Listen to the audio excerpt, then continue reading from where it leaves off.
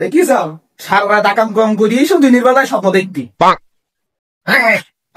এই এই এই অটো, এই জন্যই তুই এই সুমতির মহিলাদের আমি দেখতে পাইনি, যে কোনো একটা কাজ আমি স্বয়ং সম্পূর্ণ ভাবে করতে পাইনি।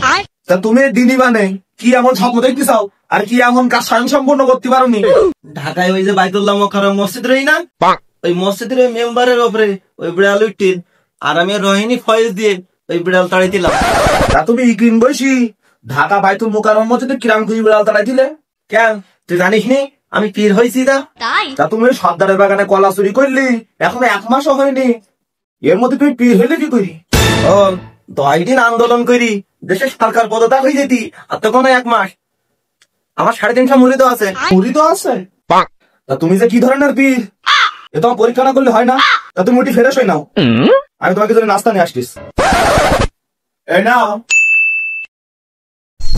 হুজুর আপনি একটা বড় ভাবে বি, আর আপনারে শুধু মুড়ি দিয়ে গেল।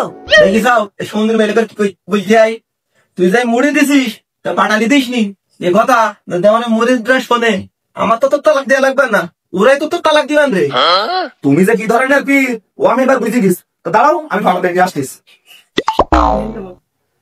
তুমি যে কি পীর আমার বোঝা হয়ে গে, তুমি কি তাই শুই করি ঢাকার বাইতুল মোকাররম মসজিদে বিড়াল বানাচ্ছ, তোমার এই মুড়ির মধ্যে এই যে পাঠালি এ তুমি খুঁজে পাচ্ছাও না।